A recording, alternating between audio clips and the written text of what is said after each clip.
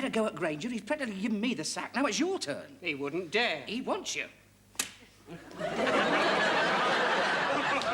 If you've got any complaints, will you get them over quickly? I've been under a lot of strain lately. Last Thursday? No, don't talk to me about Thursday. I thought I'd never get through the day. To start with, I got my high heels caught in the escalator. Then I had 6 pairs of wife fronts returned with substandard openings. The coalman came round to my mother and said that he hadn't had what was due to him. Do you know, by 11 o'clock, my hand was shaking so much, it was more than my job was worth to take an inside leg. Anyway, the meal cost £7. Then I borrowed this car to take her home so as to be sure of a quick cuddle, and what happened? About half a mile from her house, she gets her door key out and starts feeling for the passenger door handle. You mean she was keen to make a night of it? No, she was keen to make a run for it. Anyway, I borrowed the car again tonight to take her out again. What makes you think you'll do any better tonight? I've unscrewed the door handle. Oh, for the return of the romantic age, when one's heart leapt at the sight of an ankle slipping into a hansom cab. Now it's clunk, click, strip off quick. Miss Browns? Yes, Captain Peacock. There's still no sign of Mrs. Slocum. Well, she said she might be late this morning on account of she's shifting her flat. You should have given her the day off like she asked. She's going to be in a right state when she gets here. Good morning, Captain Peacock. I'm sorry I late. Oh, Pussy, do be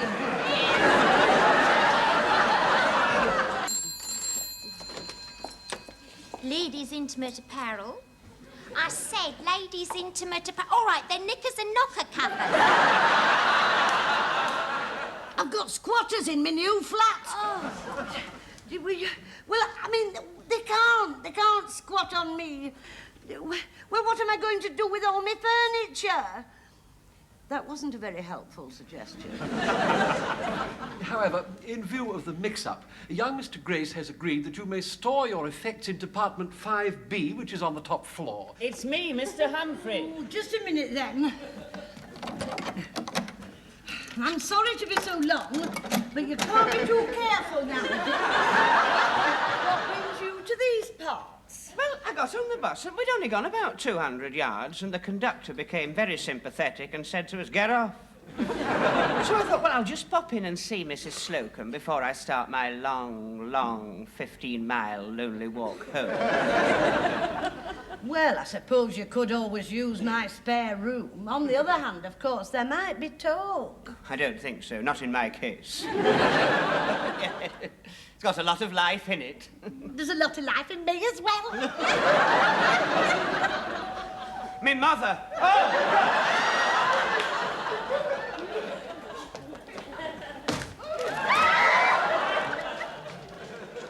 Menswear. This is Assistant 4711 speaking. Hello, Mrs. Peacock. Now, I'm afraid Captain Peacock isn't on the floor at the moment. You'll be travelling home with him. Oh, well, I'll tell him. He's working in Mr. Rumbold's office at the moment, as Mr. Rumbold has been struck down. Yeah. Girl? What girl? Oh, Miss Belfridge. Yes. Yes, in Mr. Rumbold's absence, Miss Belfridge will be directly under Captain Peacock. You're coming up. I see. Where are you? On the ground floor. I'll tell you. What's up? Green Eye. Peacock should never have shown that photograph to Mrs. Peacock in the staff magazine. Hold the fort.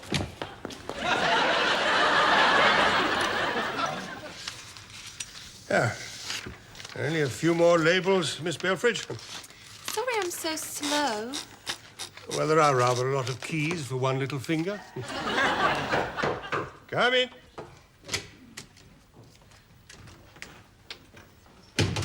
So you can see how the hierarchy live, I brought you 2 cups of executive Thai food and a plate of mixed salted biscuits. Just put it down and go. Oh, yes, my lord. Mr.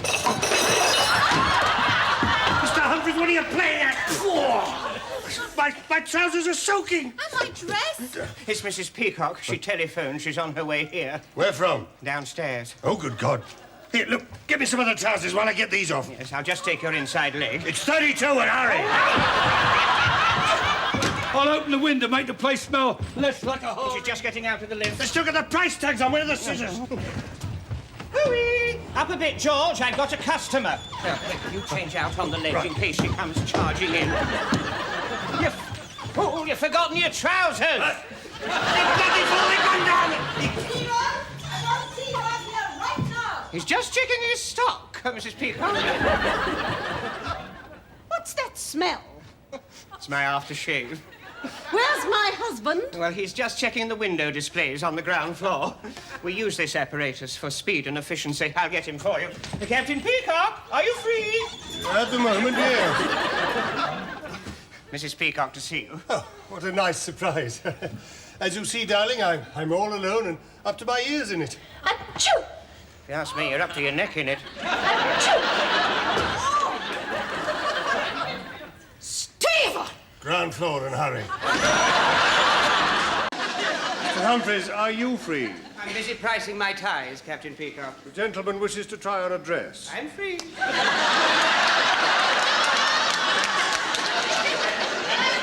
It's for a fancy dress party. Oh, yes, sir, they all say that. Did have a word with me, Stephen? Yes, Mr. Granger. It's 11:10. You've had 20 minutes for your coffee break. Your entitlement is 15. How do you account for this? I spent a few minutes in the boys' room on my way back. That's not part of your coffee break. It's the result of it. 5 whole minutes. There was a queue. I don't think Mr. Rumble will regard that as an adequate excuse. You don't mean that you're going to report me, Stephen? Yes, I am, Mr. Granger. Very well, Captain Peacock. I'm sorry, but it's my job. You mean to be a sneak? It's not easy for me, you know. On the one hand, we have our friendship, and on the other, I have my job to do. And I have to wear 2 hats. Well, you will find no difficulty in that. You're two-faced. That was a near thing. Not quite near enough, Mr. Lucas. It is 1 minute past 9. Oh, dear, have all the customers gone? That is not the point, Mr. Lucas. You are expected here at 9 o'clock, not 1 minute after. Ah, well, Captain, I was here. I was outside at 5 minutes to 9, but just as I was coming in, a man was crossing the road and he got knocked down. A tall, military-looking man he was. Oh, dearie me, I thought, it's Captain Peacock. He was early like me and he's got knocked down crossing the road. My heart was in my mouth, sir. I thought to myself, not Captain Peacock, not struck down at the height of his career. Stand back, I said. I'll give my blood for Captain Peacock. Anyway, by the time I'd fought my way through the crowd, found out it wasn't you, but some dirty old tramp, and then got back here, it was 1 minute after. Mr. Granger, are you free? I'm sorry, Captain Peacock. I'm in the middle of a bowler hat. Mr. Lucas, is Mr. Humphreys free? Yes, Mr. Granger. Mr. Humphreys. Are you free, Mr. Humphreys? I'm free, Mr. Lucas. Mr. Humphreys is free, Mr. Granger. Thank you, Mr. Lucas. Captain Peacock? Yes, Mr. Granger. Mr. Humphreys is free. Captain Thank you, Peacock. Mr. Granger. And Mr. Humphreys is free, so he'll attend to you, sir. Mr. Humphreys, forward.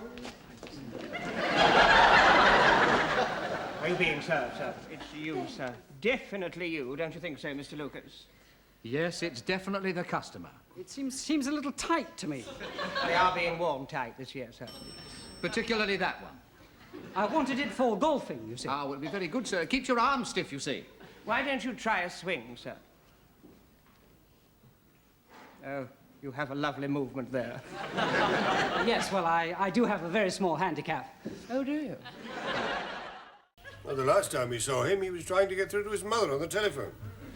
No, of course I haven't been drinking. Pubs aren't open yet. Now, look, will you stop crying? That's better. Now, just treat it in a light-hearted manner. You're not losing a son, you're just losing a sofa.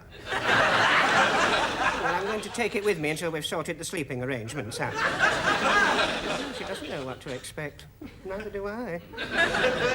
Well, I don't care what the neighbours say. Tell them I've joined the Foreign Legion. It's near to the truth. Yes, I'm definitely coming home tonight. Oh, yeah. She's not laying a finger on me until I've been down that aisle. Yes, the vicar will be surprised. Not to mention the organist. Not sure that this colour cardigan is really me. Oh, but it is, madam. You see, everybody has a colour what goes with their aura. Some people have an aura what is pink, and others have an aura what is blue. And when I saw madam, I said to myself, madam has an aura what is purple with white stripes. Another hour to lunch. I wonder if Mr. Granger will lend me his chair. You do look a bit peaky, Mr. Humphreys. Well, I'm not surprised. I've had no breakfast. A friend of mine was supposed to do some shopping for me, and he let me down. This morning, I got up. I thought, oh, I wonder what's in the fridge. When I got there, the cupboard was bare. Well, that's not like you, Mr. Humphreys. It's not. I usually keep a bit of something tucked away. You never know when it's going to be a rainy day, do you? That's true. Anyway, I found an egg and I boiled some water, and, you know, could I find my egg timer? No. Right. So I picked up the phone and I dialed the operator. Did he know where your egg timer was? No. Surprise him. I'll smack your wrists in a minute. Anyway, I said to him, could I have an alarm call, please, at 3 minutes past 8? He said, it's 8 o'clock already. I said, I know that, but I'm boiling an egg. He got quite nasty, but he'd a very nice voice. Anyway, by the time we'd made it up, the water had boiled dry, the egg was like a golf ball, and I had to run for my bus.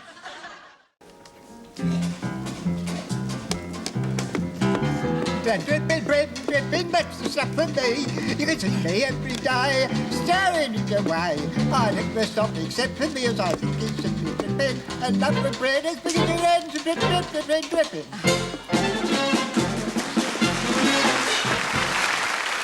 There is just one other thing, Mrs. Slocum. Not very, very. No, it concerns your visa. Everybody has provided a photograph except you.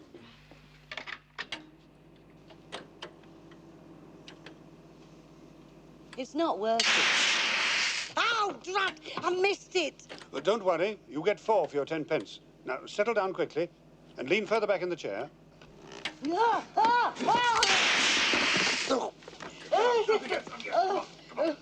wait a minute. Where's my glasses? Oh, they're under here. Ah! Come on. Oh, you'll lose the last one. Yeah, but the chair's broken. Stand where it was and crouch. Hurry. Is this position all right? Ideal. Ah! What happened? I grabbed her and she went mad.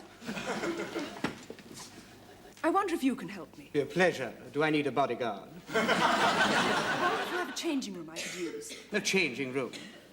Are you having any difficulties, Mr. Humphrey? Not yet, Mr. Granger. This young lady wanted to use one of our changing rooms. May I inquire for what purpose? Would you believe to change?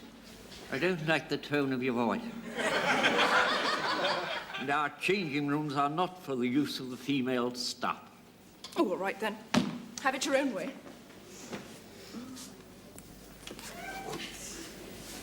A glass of water for Mr. Granger. And a tranquilizer for Mr. Lucas. Mr. Granger, can I borrow your tape measure? I've got to take that gentleman's inside leg. I'd prefer that you borrowed Mr. Humphrey.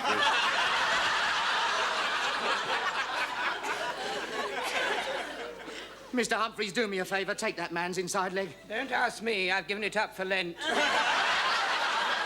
Anyways, your customer. Well, all right, then. Well, lend me your tape measure. Oh, here. But don't lose it anywhere. Hang on a minute. What's going on? I'm warming the end a bit.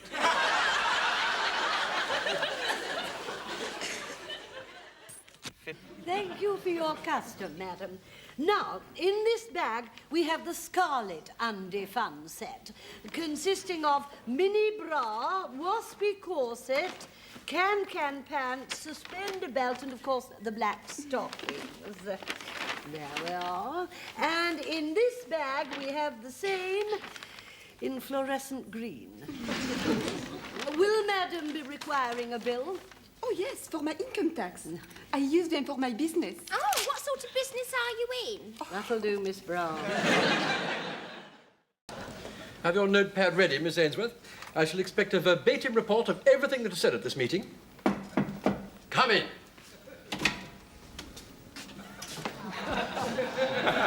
I believe you wanted a word with me, Mr. Rumble. I've been waiting 5 minutes to have a word with you, Mr. Granger. I came as quickly as I could. Do you recognize this book? Yes, I think so. Take everything down, Miss Ainsworth. I've taken everything down. Knock, knock, come in. I believe you wanted to have a word with me, Mr. Rumbold. I've been waiting 5 minutes to have a word with you, Mr. Granger. I came as quickly as I could. Do you recognise this book? Yes, I think so. Take everything down, Miss Ainsworth. I've taken everything down. Don't put down what you say. Yes, sir. Shall I put that down? No. Let's start again. Knock, knock, come in. Please! The reason for all this becomes clear upon the discovery of these items. Gin and... gin and... gin again. Mr. Rumbold, I hope you're not labouring under the misapprehension that I was in there boozing. I only popped in to buy a packet of crisps. Mrs. Slocum, without doubting your word for one moment, would you mind blowing into this bag? Certainly, Mr. Rumbold.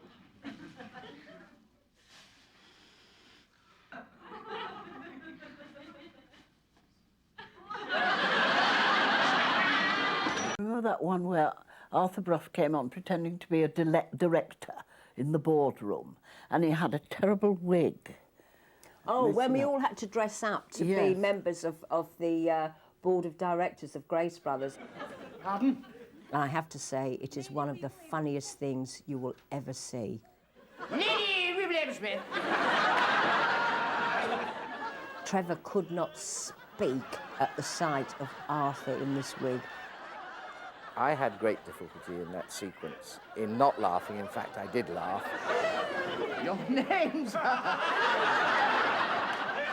I just visibly laugh and don't try and control it. There's no point. As my shirt front kept rolling up and goodness knows what, at seeing Arthur Bruff with this awful toupee. Oh, do be careful, waiter. You've spilt some. Oh, I'm terribly sorry. I'm terribly sorry. Sometimes, though, laughter came when it was quite unexpected, and everyone, Molly included, found it a struggle to keep a straight face when the director yelled, "Action!" I remember one episode where Molly's wonderful professionalism did crack. Go back to your counter and stand behind it. When I happen to look in your direction, raise your hand a little. If I nod, say, "Captain Peacock, are you free?" If I am, I will beckon, and you may then approach me. That is the correct procedure. Do I make myself clear? Yes, Captain Peacock. Because this infuriates her. That was quick. Shut up. So she gets all that enormous dignity that Molly gave to Mrs. Slocum. And said, "Captain Freacock, are you P?" And there was a pause, and she went. She dissolved, so did the audience. Perhaps if you were to slip off your jacket, sir, I could show you. Perhaps at this juncture, I might say that I disapprove of this practice most strongly. Now, sir, the trick, as I understand it... thank you, Mr. Lucas. The trick, as I understand it, is to pull until some of the stitches go. Until some of the stitches go? Oh, it doesn't harm the jacket, sir. It just loosens it up.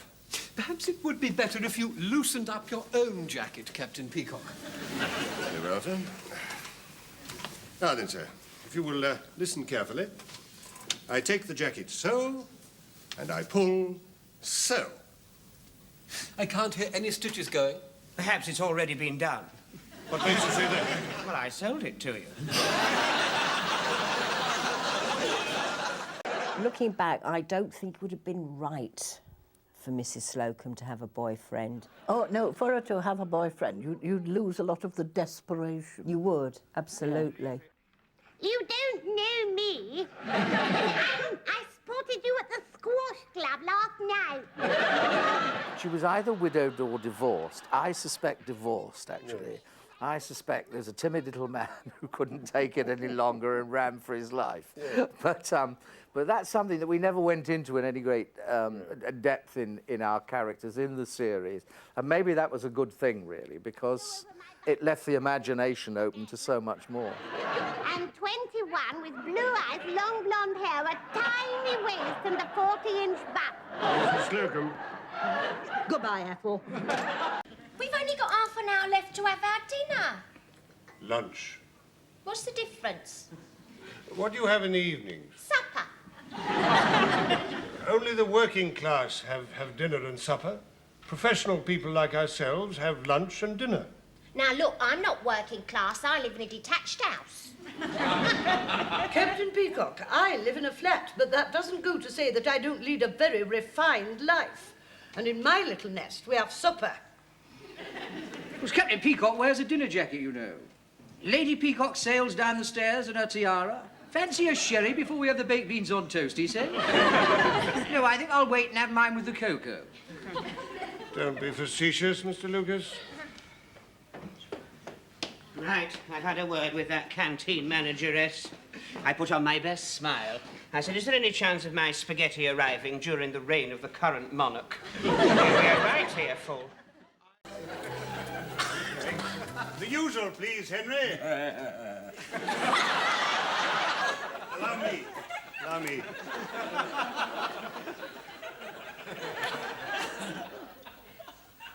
Say when.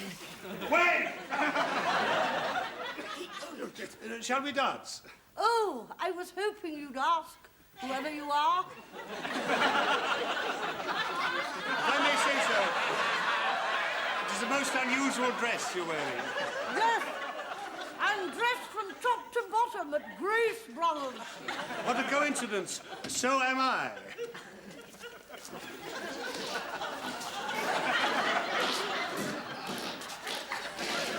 So, here we are, dressed in our favourite clothes, dancing to our favourite tune.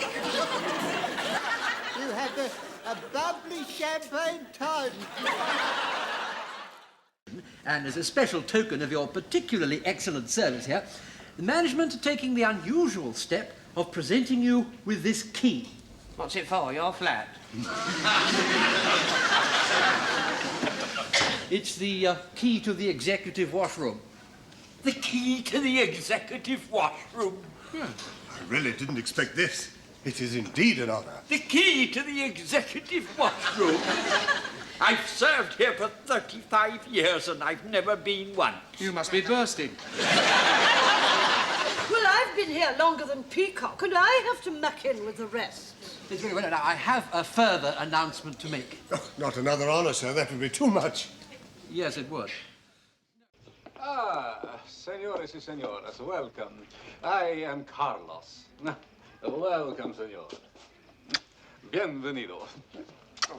Welcome. Get off. Oh, welcome, senor. Oh, oh, ha, ha. Ah. Welcome, senor. He had me worried for a minute. It's my mother. She worries about me. Hello? The coal's only got as far as Bootle. Still, it's only a short walk. Yes, I'll hold. Please, you must help me. I'm in trouble. You're not, are you? Yes, I'm still here, dear. It is Carlos. He wants to. Well, I've heard that's quite nice. Hello? There's a lot of interference. I don't know whether it's at your end or mine. I think most of it's at mine. Senor, he's taken the bolt from my door. Let me sleep in your tent. I know I can trust you. How did you manage to work that out? Hello? Hello, Mother. Yes, I'm fine. Yes, I told the pilot what you said, and he was very... I hope and pray that my dear friend, Wendy, will never get married again. She can go and live with as many people as she likes. But I don't know what it is. Every time she gets married, something disastrous happens. Wendy Richard was awarded an MBE for services to television drama. My mother, wherever she is, she would have been absolutely ecstatic. One of the nice things about the work she's done, although she's always been in the public eye, she's always Wendy Richard. She's never really been associated with Miss Brahms or Pauline Fowler. And taxi drivers are inclined to shout at her, "Hello, Wendy, how are you doing?" They know her name. On the phone for Captain Peacock.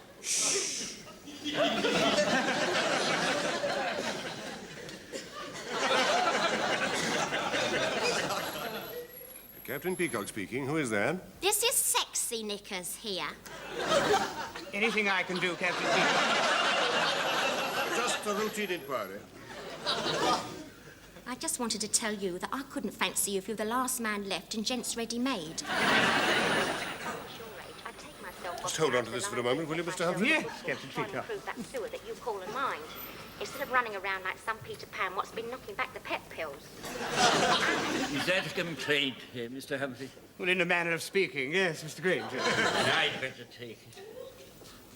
Just because I let you take my corsets down once doesn't mean to say... Who's for cocky-leaky?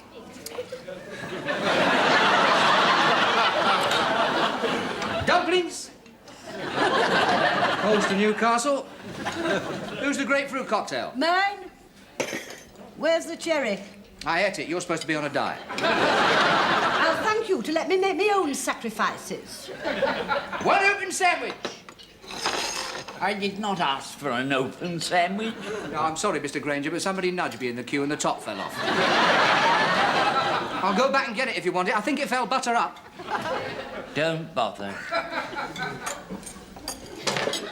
You're being brave having a seafood salad. Oh, shellfish. That's supposed to make you virile. No, I don't think a couple of mussels and a shriveled-up prawn is going to do much for my performance tonight. Just a moment, please, just a moment. Mr. Rumbold would like to address you before you all leave. Well, I hope it's not going to take long. If I'm not home on the stroke of 7, my pussy starts clawing at my busy There's going to be one of these in each department for Christmas. Ho, ho, ho, little boy. Have I got a surprise for you?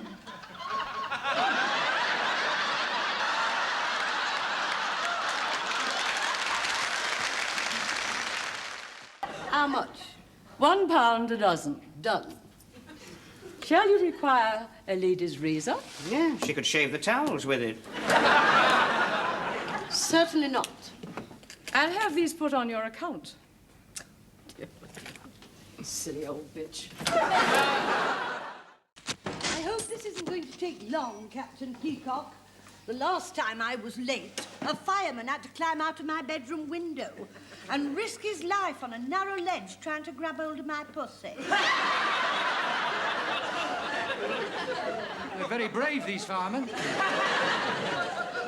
Poor animal was clutching the drain pipe with its eyes glued on the bus stop, watching for me. Mr. Humphreys, the post they're advertising is the junior. He can't do that. I'm the junior.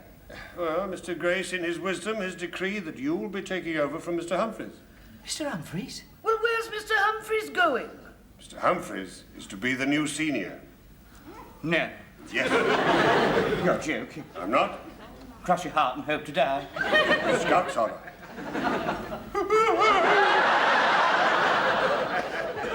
I'm so happy. I grew up in Blackpool, which, of course, is a big theatrical town. My mum and dad took a boarding house, 12 and 6 a week, full board. That's what they paid, and it was holiday makers. It wasn't theatrical. In fact, I used to get very upset with my mother, but my mother said, "I'm not having a load of dancers in this house because there'll be stockings hanging in the bathroom all day long."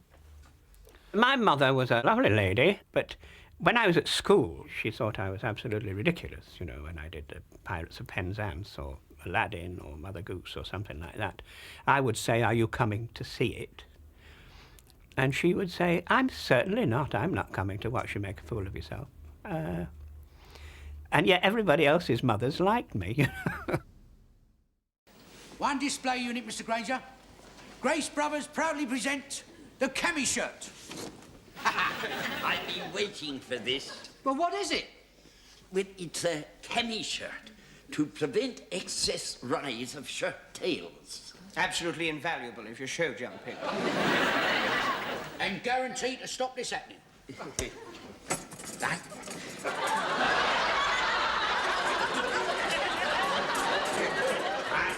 think this should boost our sales, don't you, Mr. Humphreys?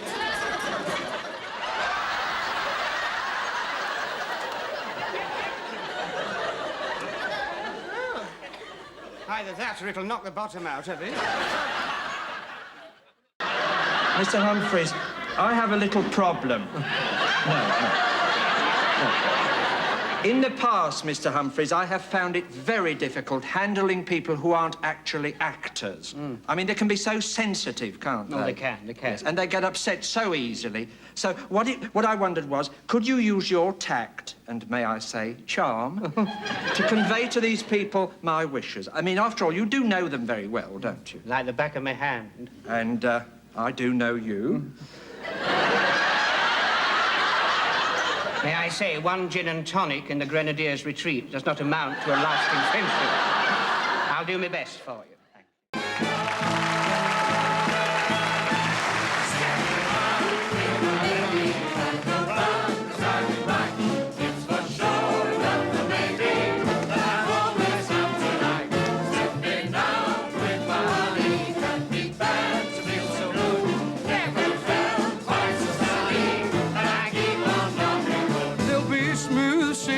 I'm trimming my sails. In my top hat and my white tie and my tails, silver army excellent. Stepping out with my baby. Can't be back 'cause he's in rice. Ask him when will the day be? The big day may be today. What happened? I grabbed her and she went mad. I wonder if you can help me. Be a pleasure. Do I need a bodyguard? I wonder if you have a changing room I could use. The changing room. Are you having any difficulties, Mr. Humphrey? Not yet, Mr. Granger. This young lady wanted to use one of our changing rooms. May I inquire for what purpose? Would you believe to change? I don't like the tone of your voice. And our changing rooms are not for the use of the female staff. Oh, all right then. Have it your own way.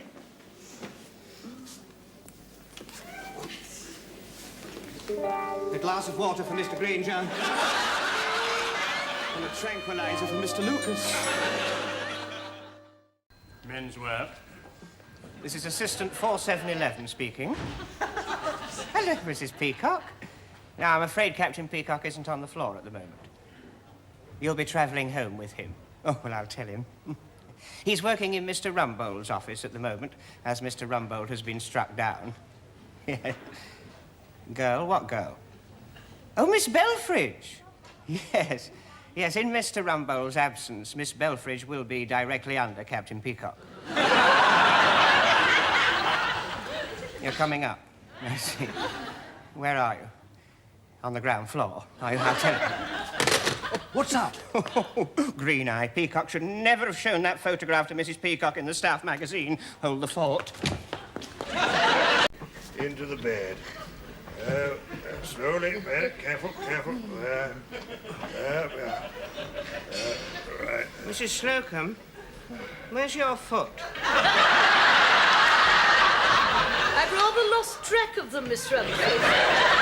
Try wiggling your right big toe. No. Your left one? As Captain Strangeway struggled against the bonds that bound him face to face against the nubile body of Princess Lala. Suddenly he was aware of something stirring. Oh!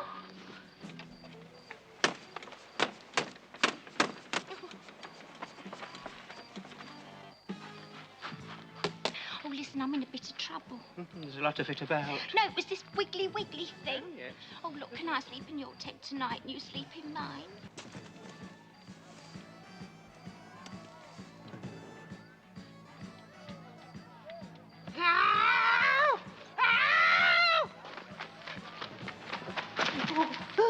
Oh, Mr. Humphreys, I was just taking a little walk. You see, when I'm at home, I usually give my pussy an airing at this time. What do you mean? There's two blokes going through the safe in accounts. Oh, it's probably the staff up there doing the stock-taking like we are down here. Yeah, but they'd use a key. These blokes have got socks of acetylene blow lamps. Heavens, we must ring the police. Yeah, well, the only outside line's in Mr. Rumbold's office. But they can't get out of the building without the keys. Well, how did they get in? What are we going to do? Well, all the doors are locked. Now, if we could catch them ourselves, well, it'd be quite a feather in our caps. No, feathers don't suit me. I think we should phone the police. All of a sudden, I've got to spend a penny. I'm afraid all the loos is locked. Well, give me the key. It's an emergency. Well, you can use the executive one, but hurry. Yeah, that's the one on the ring there. Thank you. Well, I'm all for having a go.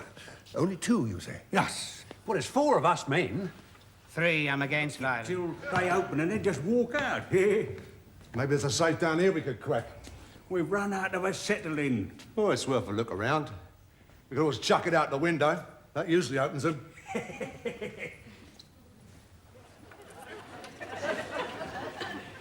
I told you they was big. They look a right pair of ruffians. Not the sort of gentleman you could reason with. But if we jump on them from behind, it might surprise them. It might amaze them. I don't think... Weak as water, the whole lot of you. Weak as water. I didn't see you leading the charge. I was waiting for your signal. Well, if we men had been alone, we'd have gone in there, but, well, we couldn't risk your being involved. No, not a woman of your age. Look, they've got Miss Brahms at their mercy. They could be doing anything to her. Oh, I wish I'd gone in her place. I was just thinking that myself. We've got to save Miss Brahms from being at the mercy of those rough men. I mean, they might even try to kiss her. Not while they're on the job. Well, that's what ruffians do when they capture girls.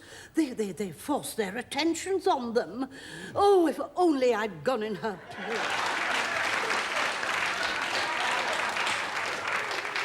Did you say trouble? You don't know the meaning of the word trouble.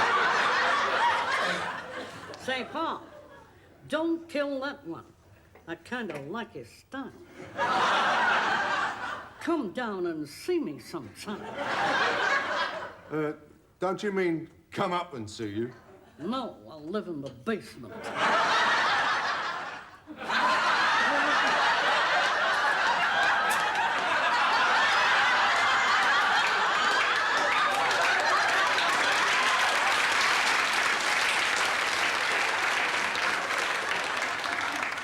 Hello, Mama. Hello, Papa. What do we got here? He's a whopper. I'm proud to meet you, Tony. In the underworld, you're a legend. They'll be talking about you soon. If it wasn't for your old man, I think you and me could make music together. Pity I sold the piano. Hold it right there, boys. I like a bit of muscle. Why don't you do a bit of work?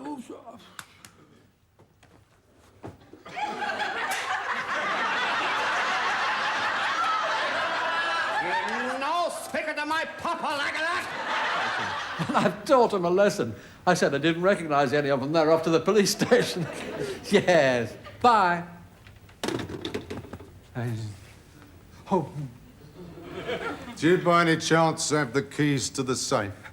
Mr. Humphreys, get the police back, quick! If you want the sack, all you've got to do is be rude to Captain Peacock. What a good idea. Mr. Humphreys, tidy that counter.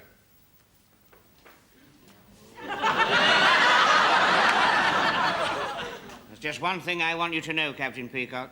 And what is that, Mr. Humphreys? I'm just going to tidy my counter. Where's Captain Peacock? Is he still in the fitting room? He hasn't arrived at the fitting room yet. We haven't seen him since Friday night. I'm sorry I'm late. Oh, my hero. I knew you wouldn't let us down. Thank you, Mrs. Slocum. Of course I wouldn't let you down. Normally. What? The doctor pointed out that after taking antibiotics, one mustn't drink or box. Yeah, to pull me off, people. Are you listening? I haven't got much choice, have I?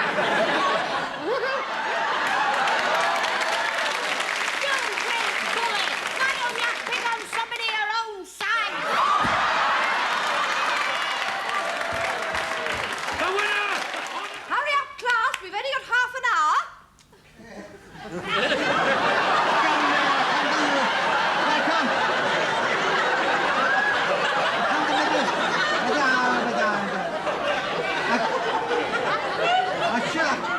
can't bend down to do up my shoes. Yes, well, you're going to have to get someone to help you, aren't you? Mr. Lucas?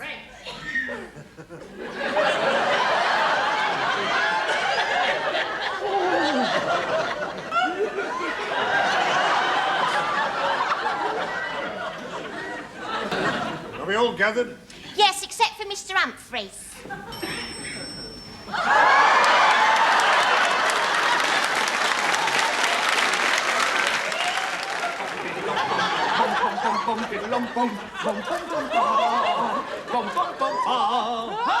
Dear Mother, I'm going to be late. I've got to alter a dress. No, not for me, dear, for a colleague. A female colleague. Yeah. We'll put mine in the oven. Well, if it's a salad, what's all the fuss about?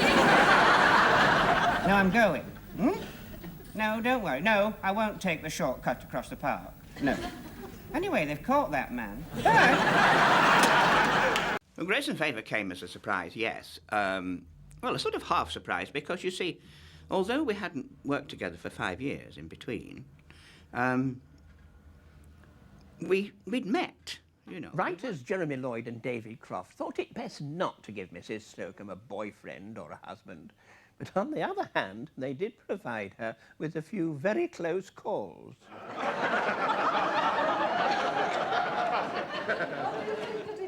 Well, it's a trifle formal for afternoon tea, don't you think? I'm not going to wear it this afternoon, but I couldn't resist trying it on. It makes me feel all young and innocent. A remarkable garment indeed. To his horror, one of the potential grooms was Mr. Humphreys. Mrs. Slocum. Oh, Mr. Humphreys. I propose... And I accept!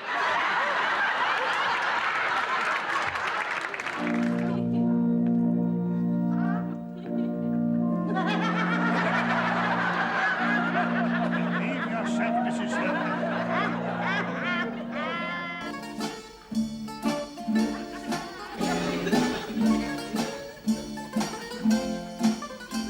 He's a good lad, Mr. Humphreys. He's been very good to me. I owe an awful lot.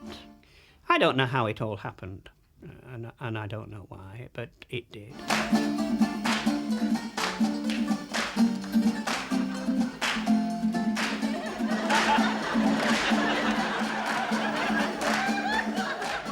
I think on the whole, John is an entertainer.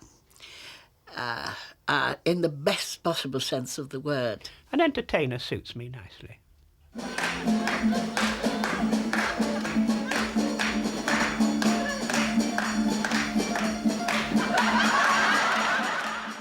You know, we weren't total strangers and saying, oh, hello, where have you been for 5 years? Because we'd seen each other. We were the same people with exactly the same pecking order, but we were doing it in a different environment. And, of course, you see, we'd never been on location before, because it was always the shop or the boardroom or Mr. Rumble's office. So when we went on location in Gloucestershire, it was wonderful. Now then, come on. I grew up in Blackpool, which, of course, is a big theatrical town. My mum and dad took a boarding house, 12 and 6 a week, full board. That's what they paid, and it was holiday makers. It wasn't theatrical. In fact, I used to get very upset with my mother, but my mother said, I'm not having a load of dancers in this house because there'll be stockings hanging in the bathroom all day long. My mother was a lovely lady, but when I was at school, she thought I was absolutely ridiculous, you know, when I did the Pirates of Penzance or Aladdin or Mother Goose or something like that. I would say, are you coming to see it? And she would say, I'm certainly not. I'm not coming to watch you make a fool of yourself. And yet everybody else's mothers liked me, you know. Mr. Humphreys, the post they're advertising is the junior. He can't do that. I'm the junior. Well, Mr. Grace, in his wisdom, has decreed that you will be taking over from Mr. Humphreys. Mr. Humphreys? Well, where's Mr. Humphreys going? Mr. Humphreys is to be the new senior. No.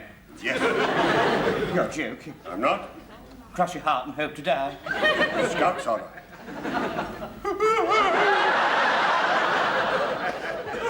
I'm so happy.